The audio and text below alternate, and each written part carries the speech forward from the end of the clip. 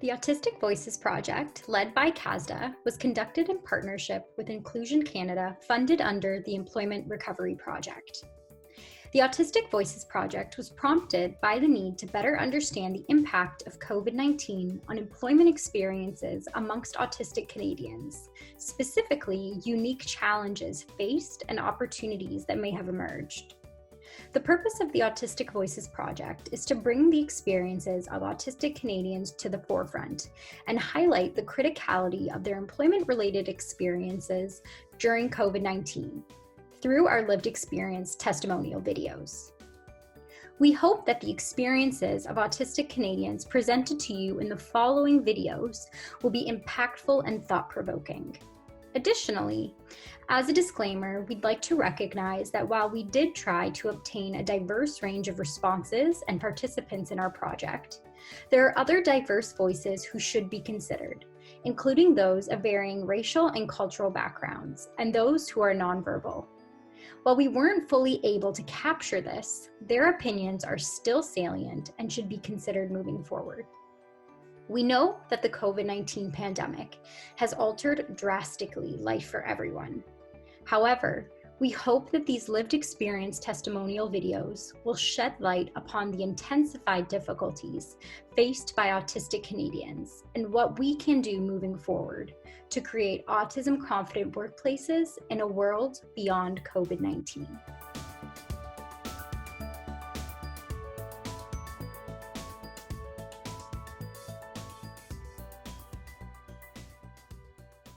I'm often on till, so I'm often handling cash. Basically, every half hour while we're handling cash, we go to our little hand sink, we wash our hands, we get back to it.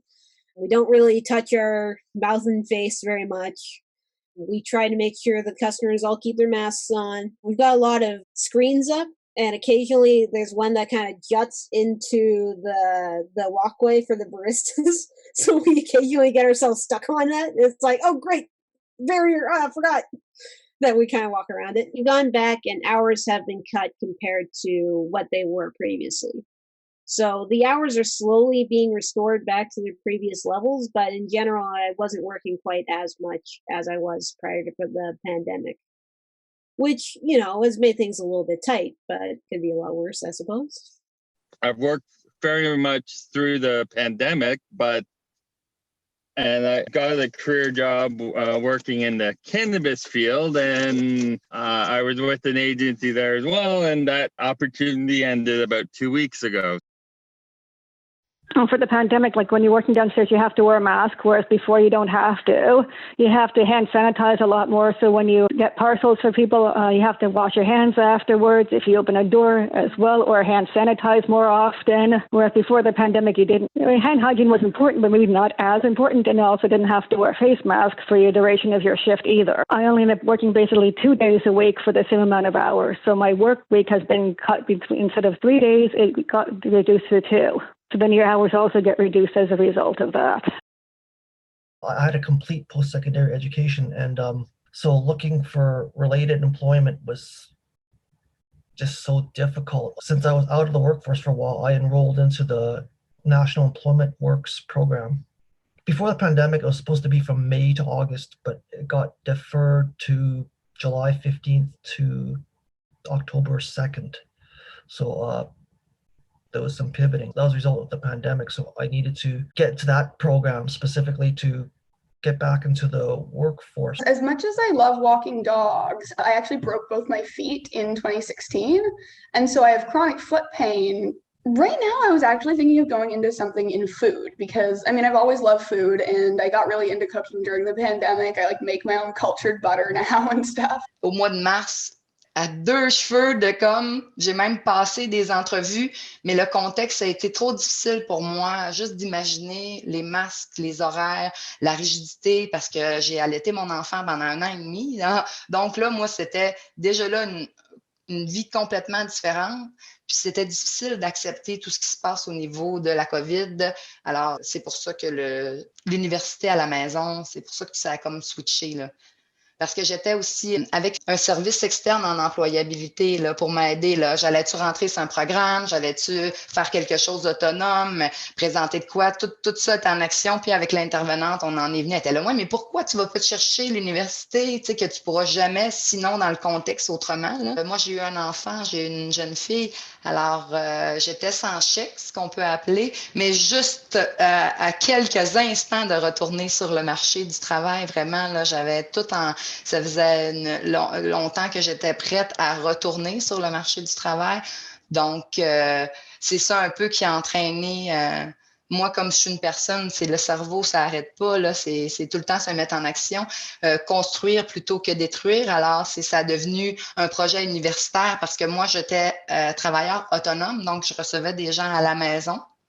Et là, je me demandais si j'allais justement, je suis en train de tout transformer parce qu'avec mon diagnostic, il y a beaucoup de choses au niveau de l'autisme que je me suis rendu compte qui se passaient. At the time, I was not formally employed. I was seeking a job, and that kind of came to a very abrupt and sudden halt, mostly because I kind of figured that I wouldn't be getting any interviews, especially from the places that I normally look for work. I was planning on applying to Young Canada Works again for something in the summer, just, tide me over until I found a permanent position. But, that just all disappeared pretty quickly. I was not formally employed, but my aunt has been paying me to help write and edit a biography of my ancestor, Albert Holden Abbott, one of the founding members of the psychology department at the University of Toronto.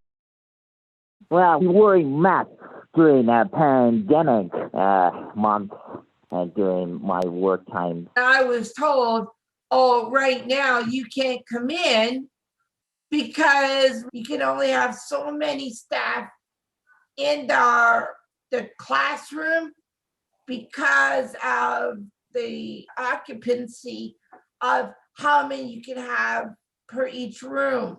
My job was terminated in the beginning of September. It's hard to find work, and especially not involving being with people.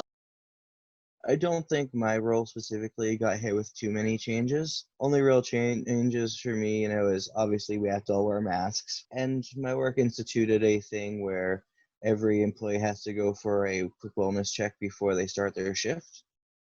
Going through making sure no one has any symptoms, temperature checks, all that kind of stuff. My hours have been reduced. Like I used to do 6 hours, 2 3-hour shifts. Now I'm doing 1 4-hour shift. Right now there's less tasks for me because I'm called a cafe attendant. So normally I would wipe the tables that the customers have sat at, and I would stock the condiment stand and put the garbage out and change the garbage cans. But with no seating, there's no tables to wipe. There's no condiment stand.